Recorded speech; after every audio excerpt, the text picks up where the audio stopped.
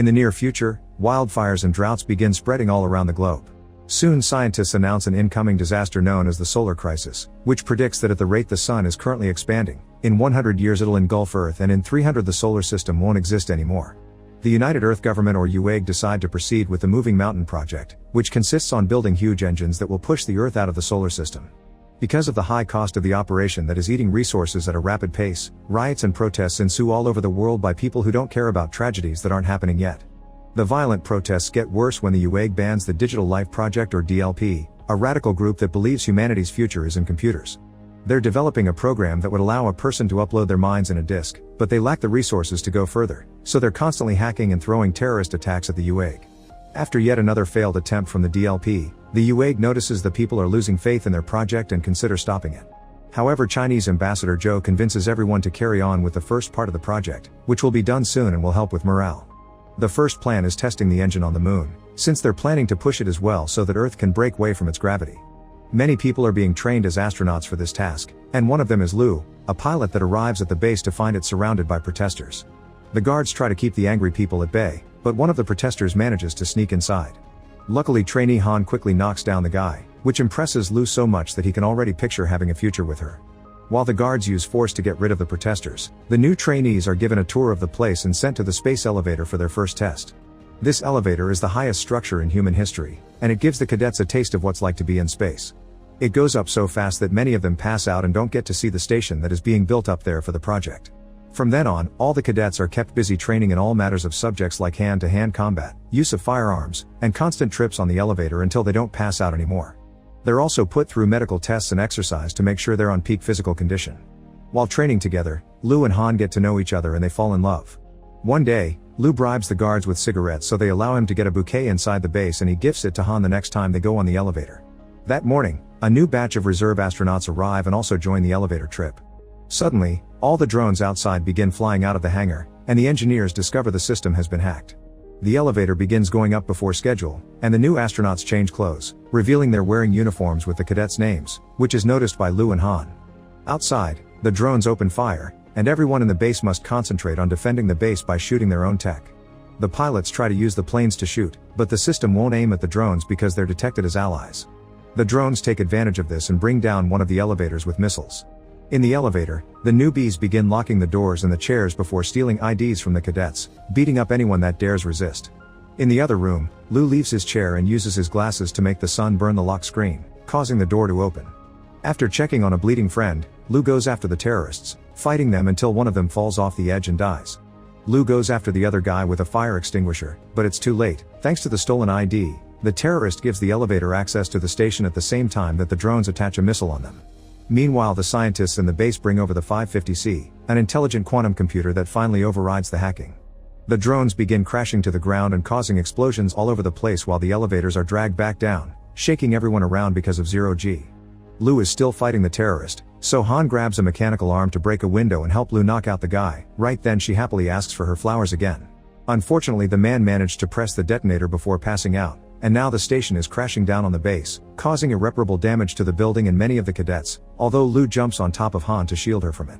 The base is evacuated and the newscasts announce around 3,000 lives were lost that day. During the following weeks, the riots and terrorist attacks get worse because of all the death and resource loss the crash of the station caused, and people begin demanding the government to bring the DLP back. Joe makes his assistant read the speech he's prepared, asking the UAG to have faith in the project while he has a chat with the American ambassador to convince him to give them a chance. A few weeks later, cryosleeping pods are sent to the moon with the crew that will keep on working on the lunar engines. As soon as he wakes up, computer engineer Hengyu goes to check on his things to make sure they're fine. This includes the AI-550A and a recording of his daughter Yaya that interacts with him in a very limited way because of 550A's limitations. It turns out Hengyu used to work for the DLP and now he's accepted to work on the lunar project to gain access to 550C, which will control the entire base, because he thinks he can use it to make the Yaya's clip, which only lasts a few seconds, develop into a full AI of his dead daughter's mind. While working with the rest of the team, Hengyu learns that computer researcher Zhao is in charge of 550C and wants him to work with him on the operation of the system. Hengyu and Zhao do the first testing of 550C by making it activate each sector of the base.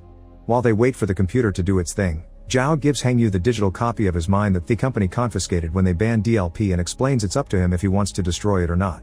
Sometime later, Hengyu shows Yaya's clip to Zhao while he remembers the day of the tragedy. He had been driving with his wife and daughter, but in a moment of distraction, Hengyu didn't see a truck coming and the car got in a crash. His wife died instantly, but Yaya still had a few minutes left, so Hengyu took her to the DLP to back up her mind. The organization didn't want to help because the technology wasn't ready yet, but Zhao, who used to work there too, accepted to do the favor. Back in the present, Hengyu asks Zhao to use 550C on Yaya, but Zhao is against the idea and reminds Hengyu that giving him 550A had already been enough. Sometime later, the system detects an incoming level Z9 solar storm. All the workers have to rush back to the base, but they're worried their vehicles won't be fast enough. The drivers push the engines to the extreme and manage to enter the base right before the solar storm hits, but unfortunately 550C gets fried in the process.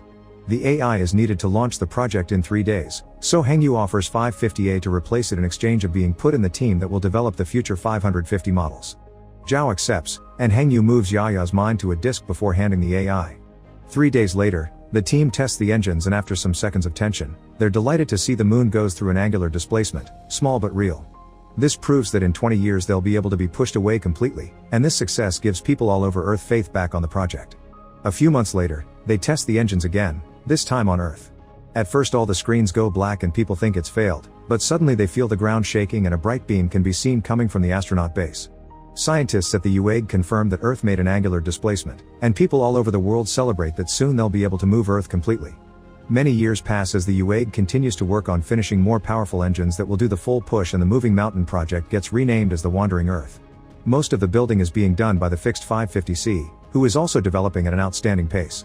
Every year there's a new test that keeps proving their theories right, and civilians become more accepting of the project, to the point where the DLP disappears completely. However, there's also talk about how not everyone will be allowed into the underground cities that are being built right now, and the requirements to get a pass are quite discriminatory.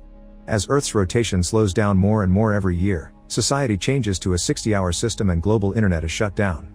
All kinds of weather disasters soon hit the planet, like floods and solar radiation that cause a rise in cancer cases. Lu and Han get married, and eventually they have a baby boy that will become the protagonist of the first movie. They're quite worried because it'll be hard to get a pass for the underground cities for their son too, and to make matters worse, Han also gets cancer from the solar radiation. Hengyu never stops working on Yaya's while helping with the development of the new 550, which is named 550 watts. 14 years pass since the fall of the station, and Lu, now with the rank of major, goes to an interview to be one of the navigators that will be sent to the new one. The interviewer is 550 watts, who admits Lu's skills are impressive, but it also knows about his family troubles and thinks it's more reasonable for Lu to stay on Earth and take care of them. Lu admits he's sorry to leave his family behind, but getting chosen for the base is the only way to get his son sent to the underground city through preferential policy. On the other side of the mirror, the scientists in charge of the project are also hearing all the interviews, and Hengyu can't help thinking about his own daughter while hearing Lu talk so passionately about his son. Then 550 watts points out that Han's life will end soon, causing Lu to have a breakdown and make him fail the stress test. Afterward, Lu goes to the hospital to spend time with Han, because her condition has worsened to the point she can't be at home anymore. Han admits she'd like to see her hometown one last time, which may be difficult because of the current weather problems. Later in the evening, inspired by Lu's passion, Hengyu sneaks into the base and connects Yaya's mind to 550 watts. This time Yaya has unlimited reactions to him and she can tell she's somewhere else, which makes Hengyu cry. At that moment, a group of guards arrive with Zhao, who tries to make Hengyu see reason and accept Yaya's dead. Hengyu refuses and completely uploads Yaya into 550 watts, which immediately triggers problems in the moon's system and the engines begin failing. The guards tase Hengyu and take him away while Zhao puts Yaya back on a disc and shuts down this extension of 550 watts. Meanwhile, Lu pulls some strings through old friends and borrows a jet to take his family to Han's hometown. After doing some pirouettes for fun, they land on Shanghai, which is now a frozen wasteland. While they watch the stars, Han asks Lu that when the time comes, she wants to die with dignity and not with a bunch of wires and pipes connected to her. At the UAG, they discuss the system problem Hengyu caused and notice it's very similar to the hacking they did to the drones in the elevator years ago. They're trying to override the system with 550 watts, but somehow they keep getting blocked. Suddenly the moon's engines cross the limits of their power and explode, causing the moon to lose a good chunk of its land. This explosion also begins pushing the moon towards Earth. Joe is near the ocean when it happens and sends an emergency alert to all world leaders as he watches a tsunami grow in size and hit the land. Because of this emergency state, Lu gets a message calling him back to duty, and the leaders already begin opening the underground cities to let people in since the tides will only get worse from now on. Before Lu leaves for his mission, Han dies peacefully in her sleep, and their son is taken to the underground city by Han's father. Meanwhile, Joe talks at the UAG asking for their support for his emergency plan. He wants to use all of Earth's nuclear weapons on the moon to trigger its implosion and avoid the collision. No government has ever revealed how many nuclear weapons they have in their arsenal because it's confidential, but for the first time in history it doesn't matter and everyone agrees to hand in what they have in order to help. In the meantime, Zhao visits Heng Yu in prison to tell him they'll be activating Earth's engines sooner than expected, so they need to reactivate the global internet to allow coordinated detonation control. One of the servers is now underwater, and Zhao wants Heng Yu to take care of it. To convince him, he shows him he still has the disk with Yaya's and Heng Yu's minds. Because lunar debris has formed an asteroid belt around the moon, the best pilots are chosen to transport the nukes, including Lu. On Earth, 3 teams are sent to take care of the missing internet servers, which are on Beijing, Tokyo, and Dulles. Zhao explains to everyone how to use the key that will decode the password, which contains 30,000 random numbers, then 550 watts will do the rest. Meanwhile, the shuttles with the chosen pilots leave for the moon. The asteroids move fast and come out of nowhere, so they do end up hitting a few of the shuttles and make them crash. This causes the team to lose 200 warheads, only leaving 180 for the detonation. The shuttles are guided by 550 watts through the surface of the moon safely, at least until another asteroid hits one more shuttle and causes it to crash others including Lu's, forcing them to land rather violently. In the end, they lose 384 warheads. The survivors immediately search for tape to fix their helmets to keep up oxygen and bandage any wounds, then they decide they'll deliver the remaining warheads on foot. Lu doesn't want young people to die so soon, so he leaves the shuttle and closes the door, accepting to sacrifice himself for their sake before sending the shuttle with all the survivors back. On Earth, the 3 teams arrive at the locations of the servers and dive underwater, finding all kinds of marine life already making their lives there. With the help of the drones and special tools, Heng Yu's team in Beijing enters the building and finds the door to the server, but when they try to force the door open, the tool can't deal with the pressure and malfunctions, heavily wounding one of the men. Zhao tries to take care of the wounds, but he doesn't have the necessary tools and the man dies. While most of the team takes away the body, Heng Yu and Zhao decide to go ahead and finish the mission, making all the necessary connections to bring the internet back. While Lu takes a truck to move the remaining warheads, suddenly lunar debris begins falling on Earth, which gets in the way for a backup team to reach the Beijing server. The building starts shaking when the debris hits it, and some hardware falls on Zhao's leg, getting him stuck. The room begins filling with water, and Heng Yu can't get the door open even with the help of his drone, so Zhao decides to pass him the password key before the water takes over him and he dies. The lunar debris begins destroying all the major locations on Earth, and the people that had been moving to the underground cities peacefully now being to push in panic. At the UAG, Zhou gets bad news. They don't have enough time to coordinate all the warheads to make them explode at the same time because they're all different models. Zhou is about to lose hope, but one of his men offer one alternate solution. They could send more astronauts and detonate them manually, meaning they would be accepting to be a sacrifice. 300 people are needed for the operation, and a few youngsters volunteer, but this action is interrupted by an older pilot that points out it's their duty to do this and leave the young people to take care of the future. All astronauts that are over 50 agree and immediately get on the shuttles to fly to the moon.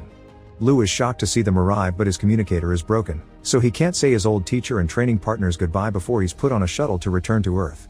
The UAG confirms the Tokyo and the Dulles servers are back online, but not Beijing. Heng Yu is having trouble because the water is filling his room as well, and he can't connect the key to the right computer. Desperate for a solution, he connects the mind disk to the computer at the same time the astronauts on the moon detonate all the nukes. The moon successfully implodes and the collision is avoided, however more debris is coming and Earth needs to leave soon.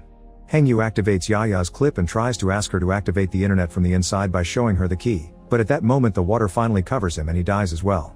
Lunar debris continues to fall all over the world, and the UAG sends an emergency message saying the mission has failed, thus riots and panic begin taking over major cities. However, Zhao thinks not all hope is lost and tells his team to start the countdown to fire the engines. Everyone thinks he's crazy, but in Beijing, Heng Yu's mind suddenly activates inside the computer as well. After reuniting with his daughter, the Heng Yu AI gets down to business and works to activate the server. At the same time, a man follows Zhao's orders and presses the button. Everyone at the base watches with awe as the Earth is pushed away out of the lunar debris way and people around the world celebrate while the tides finally calm down. Lu watches the Earth move from his spot in the shuttle and takes the chance to record a beautiful video to send to his son. Meanwhile, Heng Yu's and Yaya's mind backups become one with 550 watts. 7 years later, as Earth wanders away, it regains its 24-hour system. Zhou has retired, but his assistant carries on his legacy at the UAG. Now the lunar crisis is over, they start the second part of the plan, which will be to fly near Jupiter in 10 years to get the second boost that will push Earth out of the solar system for good. A space station has been put in place to keep an eye on the engines, and Lu is in charge of it. The system is managed by 550 watts, but the AI decides it isn't easy to say and turns the word around to form Moss. Inside the AI, Heng Yu discovers it was the Moss who destroyed the lunar engines and caused most terrorist attacks, like the elevator and drone takeover.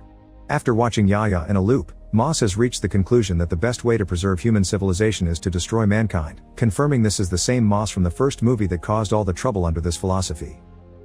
Make sure to subscribe and turn on notifications so you can watch more videos like this. Thanks for watching.